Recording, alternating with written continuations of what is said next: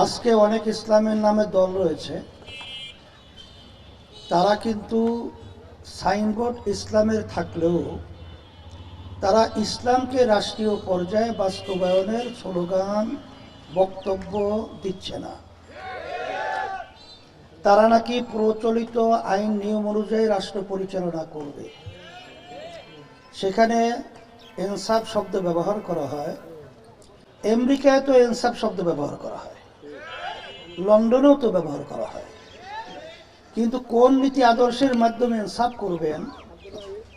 যেই ইনসাফটা আমরা দেখেছি আমেরিকায়, আজকে তামাম দুনিয়ার মধ্যে ফিলিস্তিন সহ তামাম দুনিয়ায় মুসলমানদের উপরে যে এক কথায় জাতাকলের রোলার চালিয়েছে, অন্যায়ভাবে আমার মা বোনদেরকে, আমার ছোট বাচ্চাটাকে যেভাবে হত্যা করার সহযোগিতা করেছে, এই ইনসাফ কি কায়েম করবেন আপনারা? কোন ইনসাফ কায়েম করবেন?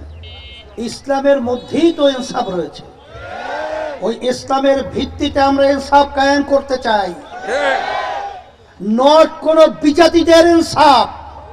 ইনসাফ হবে সেই মদিনার আল্লাহ নবী সাল্লাল্লাহু আলাইহি ওয়াসাল্লাম যে ইনসাফ নিয়ে আসছেন, সেই ইনসাফ বাস্তবায়িত হবে।